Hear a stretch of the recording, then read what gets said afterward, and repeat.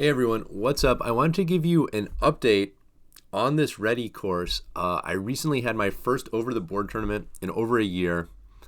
I decided to use the course, use the exact lines that I showed everyone in all my white games, and it worked really well. I had 4 white games in this tournament. I played an expert, a master, a grandmaster, and a women's grandmaster. I scored 3.5 out of 4. I took first place in the tournament. So it really went about as well as it could have. I got great positions from the opening in every game using exactly the lines from the course. So I wanted to show you the games, the openings at least, to see show you how my opponents reacted to the lines, how I handled it, how I could have actually played better in a few spots. So let's get into it. This is round 1. I have white versus Edward Dean, who's rated 2053. So of course, I start with knight f3, d5, g3, g6. So one thing I was concerned about to use this repertoire in my own tournament is, obviously this could have made it really easy for my opponents to prepare for me, because I was just playing the repertoire. It's out there. They could have just looked at the course and know what I would do. So when my opponent played these first 2 moves quickly, I was a little bit concerned that he had done exactly that, because this line with d5 and g6, it is quite a critical line, at least according to the theory at the GM level. Black is going for bishop g7, and if allowed, a quick e5.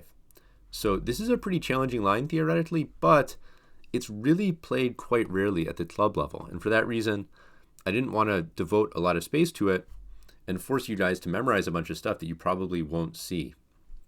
Having said that, if someone wanted to target my repertoire with some specific preparation, this could be a place where they could go. Now, my recommendation is to play this early c4, a little bit of an offbeat plan, which allows us to not have to learn so much to play against this. So that's what I went for, c4. C6 is what my opponent played. And now queen a4. This is really the key idea of our setup. We're creating this pin here, which creates a positional threat of c takes d5, and black would have to recapture with the queen, which is really not what they would want, because then it would get hit with a knight. Takes bishop g7. We're still in the course. Bishop g2. And now knight f6. Now, according to the engine, the better move here is really e5, staking a claim in the center. But I think most players will just develop their knight with knight f6. This is by far more common in the amateur stats, and it's what my opponent did. So I castled, he castled, and I believe here is where I ended the trainable line in the course. And I just said white's a little more comfortable with these 2 center pawns versus black's 1 center pawn. And you can kind of play d4 and bring out your pieces. But let's go into a little more depth here about what the plan is, or what the plans could be. There's multiple ways of playing this. So this position looks pretty balanced. Both sides have comparable development. Neither side really has any weaknesses. So it looks pretty innocuous, but I do think it is more comfortable for white, and it really comes down to the pawns. White has several good ways to involve the pawns in the game. One is to use this central pawn majority to play d4, and maybe eventually e4, and really start to take over the center. You can also, in some positions, actually go for a minority attack with b4, b5. This is called a minority attack because you're advancing where you have 2 pawns versus 3. So push this pawn to b5, start to break down black's queenside pawns, and then this is supported nicely by the bishop on g2. For black side, it's a little bit hard for them to use their pawns effectively. e5 is not possible at this point. b5 or c5, c5 would just lose a pawn. b5 would really leave this pawn weak. So it's not so easy for black to advance their pawns or gain any space or really find an active plan. So I actually ended up choosing to put my pawn on d3 this game, but you can choose to play with the pawn on d3 or d4. And I wanted to show you a recent game, Jeffrey Jiang versus Hans Niemann, 2 young American grandmasters, because I was really impressed by how Jeffrey Jiang set up his pieces. And I think this is a great plan you could use if you get this position, or you could also get like a similar structure to this, maybe not this exact position, by several different lines in this variation. But Jeffrey played d4, and after a5, bishop f4, bishop f5, queen c1. I thought this was a really clever. The queen is not really well placed on c4. It's a bit exposed, and you could, well, now you couldn't put it on c2 because black is already covering that, but even if black's bishop weren't on c5, if you put your queen on c2, it can be hit by a bishop on f5 or a knight coming to b4. But this c1 square is really clever because it's completely safe and out of the way, but it's still supporting this bishop and watching the c file. I like this a lot. And I just thought this was a very nice setup of how Jeffrey arranged his pieces here. Very harmonious. It looks really nice to me. And then he went on to follow up with, he played knight e5, he played e4, and he gradually took over the center and won a nice game. So I think that's a great setup to keep in mind. Now, in my game, I actually decided to play d3, which is also good. You can play this way too. It's really your preference. One reason I did this was I was attracted to the idea of swinging my queen over to h4 and perhaps even bishop h6, knight g5, some sort of kingside attack. So knight d7, knight c3, knight b6. Black hit my queen, but I was happy to play queen h4. That was my plan anyway. Knight d5, bishop h6, just continuing with my plan.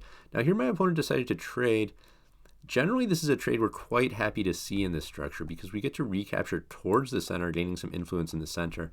And also we get the b file for our rook hitting this pawn. So this really improves our pawn structure. Bishop g4, rook b1. So my opponent here just decided to go for a bunch of trades to try to simplify the position.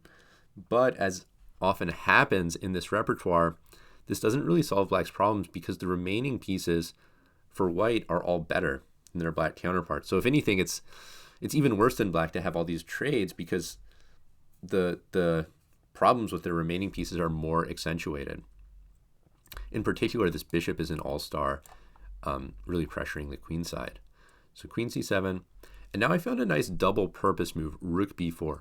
So this move has a couple ideas. One is I'm getting ready to bring my last piece into the game and increase the pressure on b7, but I also have a sneaky idea of rook h4 hitting h7 and then even g4 g5, and if I can do that driving the knight away, black is just going to be dead on the king side very quickly. So actually, if he's not alert to stop that, the game could end very quickly. So my opponent played king h8. So he's planning to answer rook h4 with rook g8, rook g7 to defend h7, and he would be just in time to do that. But this move does have a downside. The king no longer defends the rook on f8, and after rook b1, this would have been revealed had he played rook b8, which looks like the most natural move. I have a nice shot here. Rook takes b7. This rook is overworked attacking this, but also defending this. So if takes, then simply take the rook. I'll trade this pair of rooks. Queen takes f7. I'm up 2 pawns. This is a completely winning position. Even a nice, this isn't really necessary, but my queen even defends backwards to a2. So after this check, I'll just step up. Black can't even get 1 pawn back. So this is winning.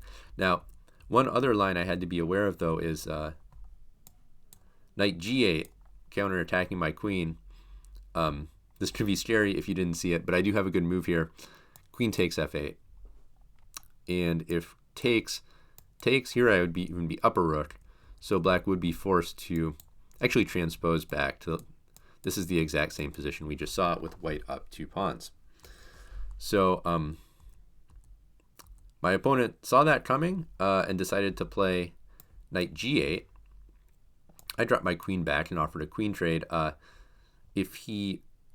Currently, this queen is the only thing holding this queen side together. So if he traded queens, I would start picking off those pawns. So he played e5, queen c4. And now there's not really a good way for black to hold the queen side together. He actually just decided to play b6 and shed a pawn. if rook b8, I was intending queen c5, attacking a7, f8, e5, pretty much attacking all his stuff. And if he moves this a pawn out of the way, again, rook takes b7 with a similar tactic.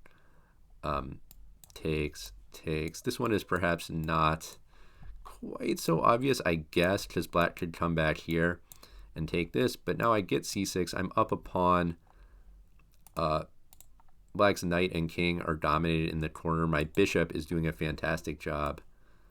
My c-pawn is going to run a lot faster than his a-pawn. This is also completely winning. So my opponent did decide to play b6, but I simply took on c6. That's a free pawn. A few moves later, I picked up another pawn, and my opponent resigned. So that was a really smooth game for my first over-the-board game in over a year. It was nice to get such a smooth game. I think the opening played a large role. I didn't win in the opening. My opponent didn't like fall for a trap or anything like that, but he did get into a position where he was outside of his comfort zone, I think, and didn't really know an active plan. And so that led to me getting an easy game, actually. All right, let's move on to the second game.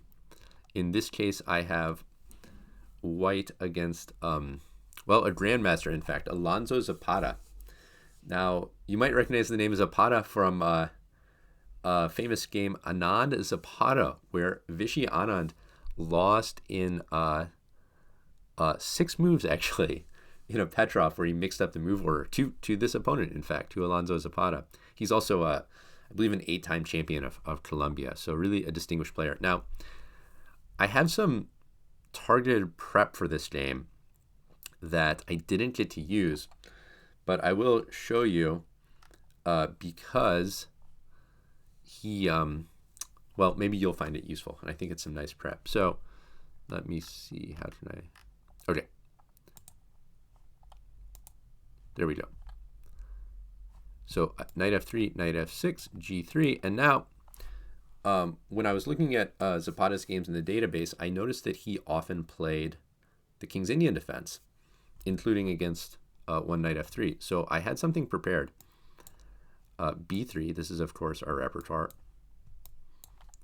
You know, this is all in the course. You know this stuff. d6, d4. And now he had several games with e5.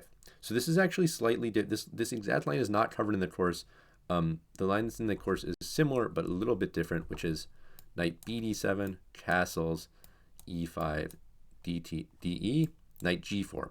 So black uses this pin on the long diagonal to recover the pawn, and this is all in the course. Black gets the pawn back, but white gets a very good position.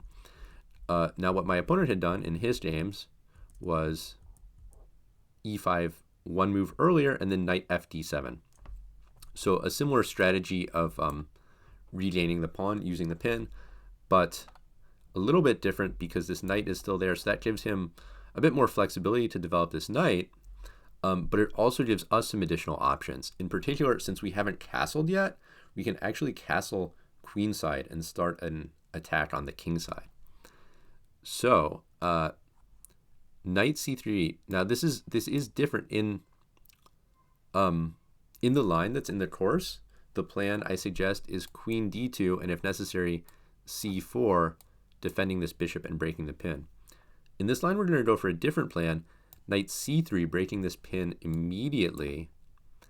Our plan is to castle queenside, so for that reason, we don't want to push the c-pawn. That pawn is going to be in front of our king. We don't want to advance that. So then knight takes, bishop takes e5, queen d2, preparing castle queenside and also preparing to invade with the queen at some point to start attacking black's king. Now, knight a6, this is, so I'm following, there was a game, I believe, Belenkaya versus Zapata, quite recently, where my opponent had played this way. Still following that game, h4, we would love to play h5 and open up the h file for our rook and queen to come in and probably deliver a quick checkmate, so h5. And now, in the previous game, white played castles, knight c5, e4, and white eventually won, but black was able to get back into the game here. And so here I had an improvement ready, which is g4. So whenever you have castling on opposite wings, there's some pretty unique strategies. Typically pawn storms, because if kings are on the same wing, you don't really want, it's very difficult to advance the pawns, or at least very risky to advance the pawns towards your opponent's king, because then you'd also be opening up your own king. But with opposite side castling, you can pretty much push those pawns with reckless abandon. And it also really, the game often becomes a race where both sides are trying to checkmate the other's king, and it's whoever gets there first. So seizing the initiative and getting your attack going is really more important than the number of pawns. So therefore, g4 is a very thematic and logical move to start this pawn storm even before we castle queenside. And we're also taking advantage of a bit of a tactical nuance here, that for this one move, b7 is weak. So if black plays bishop takes g4, we have bishop takes b7 with a double attack. Now this isn't so simple. If black plays knight c5, we can just take castles queenside. This don't blunder your rook. That's defended. That's important. But this is essentially a clean exchange up. Black doesn't really have any compensation. So black's best chance here would be knight b4, trying to dissuade us from castling queenside by hitting this pawn. Takes, and now we can still castle queenside. f3 might be even stronger, but the engine was giving some really weird lines here. So I think castle queenside is simple and is quite good enough. And we can, black has to take this pawn back, or else they just be down in exchange. Check, takes, bishop takes e2. So black has got 2 pawns for the exchange, which materially speaking is enough. But after rook a1, white has a much superior position. This bishop is not doing much. It's much worse than a rook in this position. Black has a lot of weak pawns. Black's king could still be weak. White is much better here. So h takes g4 probably should be played, and now is going to castle queenside. And after knight c5, this is the last key move of my preparation. We want to play h5 to open the king side, but currently that would be answered by g5, keeping things closed. So the key move for white is f4, taking control of g5, also gaining a tempo on this bishop. If the bishop retreats, we would just proceed with h5 and rip open the king side with a huge attack incoming. So en passant kind of has to be played, but now bishop takes f3. So we have sacked a pawn, but we've succeeded in opening the king side, and this attack is going to flow very easily. Rook g1, h5, and black's king is coming under massive fire very quickly. White's down a pawn. My computer was saying like +1. I think in practice it's really even much better than that for white, because white's attack is just going to play itself. Black's attack on the queen side is non-existent at the moment. It's not easy for black even to survive a few moves in this position. So anyways, that's some prep. Maybe someday you can use that. But as it turned out in the game, my opponent played d6. He thought for a while, and I guess maybe he was afraid of what I would do in the King's Indian. So he went for an old Indian, actually. So d4, this is often our reply to d6, preventing e5. And we went for this setup. By the way, so he's going, this is known as the old Indian when he plays the bishop on e7. If g6, my recommendation, this is also in the course, is takes, knight c3, and we have this nice maneuver, knight d2, c4, and push the a pawn. I quite like that plan for white. But bishop e7. So now we kind of go into a more conventional position with just e4. And so this is sort of like the starting position of the old Indian. It's kind of a sad opening for black, to be honest, because basically they're playing like a King's Indian, but with the bishop on e7 instead of, normally they would have g6 and the bishop on g7, which would be much better because the bishop's actually influencing the center, whereas on e7, it's really not doing much of anything at all except getting in the way of black's other pieces. So I guess my opponent decided to play it safe and get a playable position, but I mean, honestly, it's a pretty bad opening for black. a6, so he wants to play b5, so I just went ahead and stopped that with a4 and a5. So he's saying that he provoked a weakness on b4. which is sort of true, but it's also not a big deal. I'm just enjoying a lot more space. H3. This is just a nice move to take away knight g4 and prepare to bring my bishop out. Rook e8, bishop e3, bishop f8. So there's a lot of moves there's different move orders I could play, but basically I'm just bringing the rest of my pieces out. Queen c2, bishop g7, rook d1. So I've got everything out. I've got everything in the center. I've got a nice space advantage. Black is still struggling to get some of these pieces out. Queen e7, and here I had a nice breakthrough. c5. So I've got all my pieces out, so it's the perfect time to open the center. And this is working tactically because since black just played queen e7, now if e takes d4, c takes d6 is a tempo on the queen. And this is great for white with rook d1, f4, e5 coming. Black's development still lagging. That's going to be a problem when the position opens up. So my opponent decided to play take c5, takes, queen takes e7, f4. So I have sacrificed a pawn temporarily, but with these central pawns rolling, it's really good for white. My opponent went queen c7.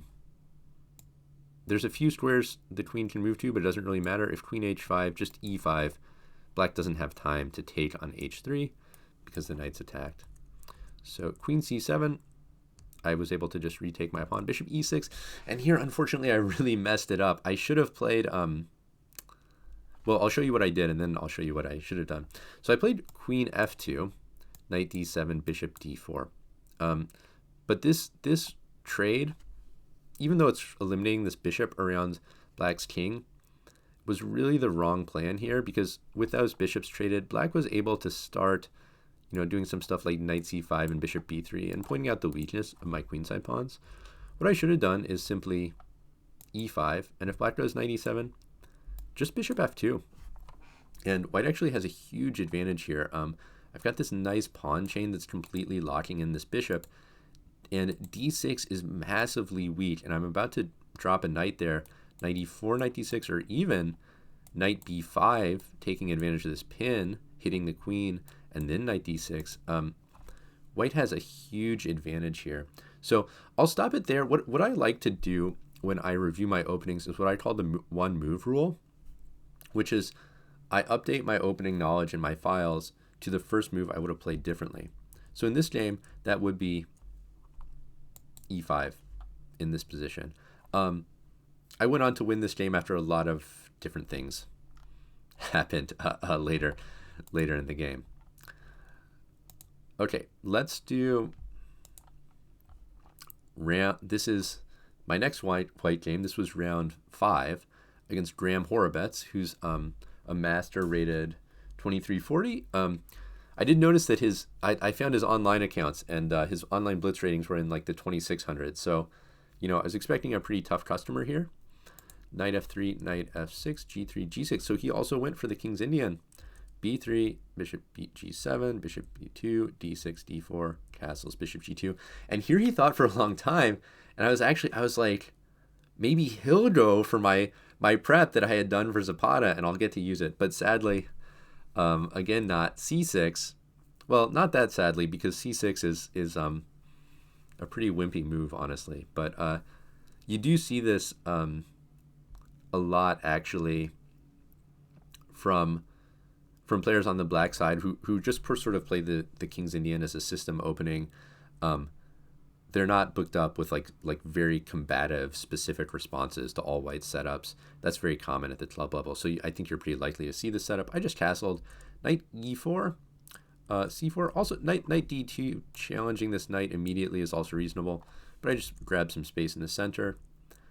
a5, knight d2 takes, queen takes, and I mean, at this point, I was thinking, surely my opponent can't play like this, right? Like, they, he's hardly developing any pieces and not fighting for the center. The computer thinks this is, like, not that bad for black, but, I mean, we have better development. We have control of the center.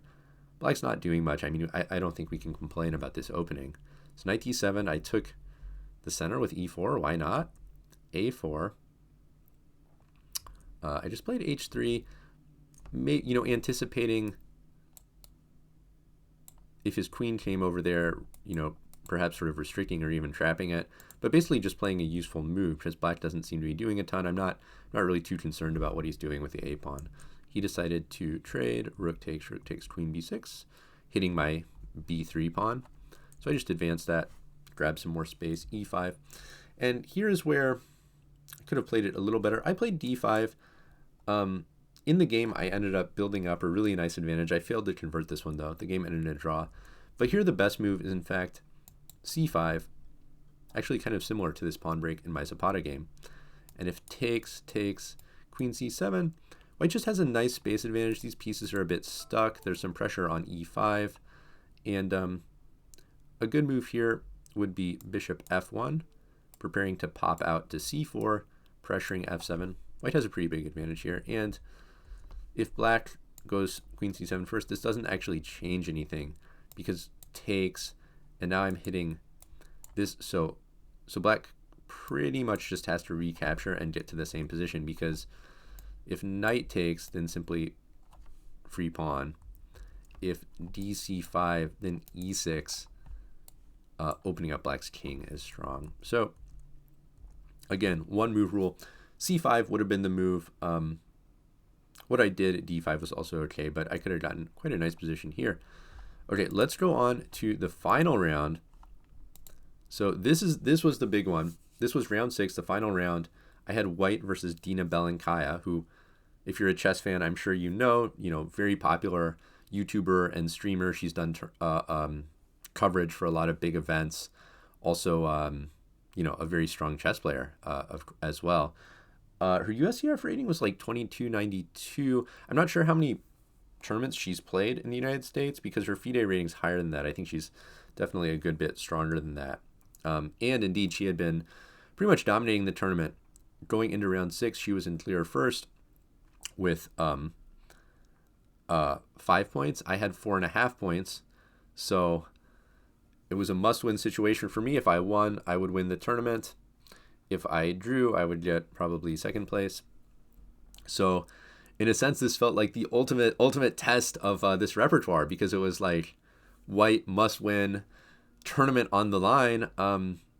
So yeah, would it work? Let's see. Knight f3, d5, g3, bishop g4. Slightly unusual move order, but this is in the course. Bishop g2, c6. So she just transposes back after a little bit of an odd move order. We're back in pretty standard Slav setup. That is, this position is certainly covered in the Slav chapter of the course. So we play h3, asking this bishop what it wants to do. She went back, c4, e6, d4, knight d7, and takes d5. Again, we're still just following the line from the course. This is in the Slav chapter. Knight d7 is often sort of a signal to trade on d5, because black can no longer play cd and knight c6. The knight's already committed. So cd, ed, and knight e5. This is a key move in this line. The point is, we're playing against this bishop, and we have ideas like g4, f4, f5, even trapping that guy that's a little bit stranded on the king side now that it can't be exchanged for a knight. Dina played bishop g6, so this is not in the course. The line that's covered, there's an important trap here. Knight takes e5, d takes e5, knight c3, or knight d7 rather, knight c3, inviting black to take on e5, but if they do g4, f4, gaining a tempo on the knight, and when it moves f5, trapping this bishop. So that's a bit of a trap. And if black plays something like bishop e7, then just f4, threatening g4, f5, or bishop c5, knight a4, driving the bishop back, and similarly f4. Now, none of that happened. She played bishop g6, which is a move I didn't know. It's not in the course, but I think my response is pretty obvious. Just knight c3. I don't want to allow this bishop to be traded off, because I'm still kind of trying to trap that piece. This also is just a nice developing move, and I'm controlling e4. She decided to go for some trades here. Takes. And so we get to this position with a lot of trades, but I've got a lead in development. I'm castled. She's still a few moves away from castling. And of these pawns, I would say the e4 pawn's a bit weaker, because I can defend my e5 pawn with bishop f4, but she cannot defend her pawn with the bishop in the same way. Now, I have several queen moves, queen c2, b3, a4. I thought these all looked pretty enticing, but it was hard to choose between them. So let me show you what I did in the game, and then I'll go back and show you what the engine says is the best line. Actually, if white plays precisely here, white has a big advantage. So I played queen a4, hitting this pawn, and she went queen d7. If she played queen d5, then bishop f4 and rook d1 is coming, and it's kind of hard for black to hold this together. So she played queen d7, hitting h3, which I defended, and then queen f5. So she's defending this pawn from somewhat of a safer square. Bishop f4, bishop e7, and in the game I played rook c1, castles, and now queen b3, hitting this pawn. And I was able to keep up some pressure. It's a very long, tense game, which I won in the end to win the tournament. But for this video, I'm focusing on the opening to try to help you guys out with your preparation. And the one problem that I encountered here was if I go after, I wanted to win this pawn. So for example, rook d1, castles, rook d4. But I realized there's a problem here, which is rook d8, takes, and now black has b5. I have to play queen c2 to maintain this defense of the rook, but now rook d4, taking advantage of this pin, and also this move's so annoying because it's taking advantage of the pin, and it's also blocking rook c4, which otherwise I could use to get out of the pin. So I would have to play f3. There's no other way to save the rook. But then after takes, I'm up a pawn, but with tripled isolated pawns, I don't really even know if white stands better. I don't see a lot of chances to win this game. So for that reason, all the way back here, this would have been hard to anticipate, but when we prep at home, we can learn these things. Queen c2 was actually the more precise way to hit this pawn. And now if black went for the same line she went for in the game, rook d1,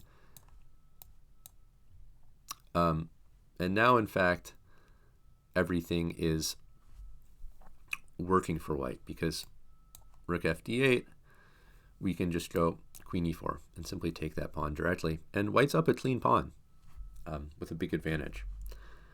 So that's it. That was my tournament. The line worked really well. I think you'd have to agree I won the opening battle in every game. I didn't I didn't mix it up to confuse my opponents in case they had studied my course. I just used the lines in the course, and it worked really well, even against a pretty high caliber of opponent. Masters, even a grandmaster, a women's grandmaster. So I hope that's helpful for you to see how these lines played out in practice. Good luck in your own games, and yeah, post your games in the forums too. I'd love to see your games as well.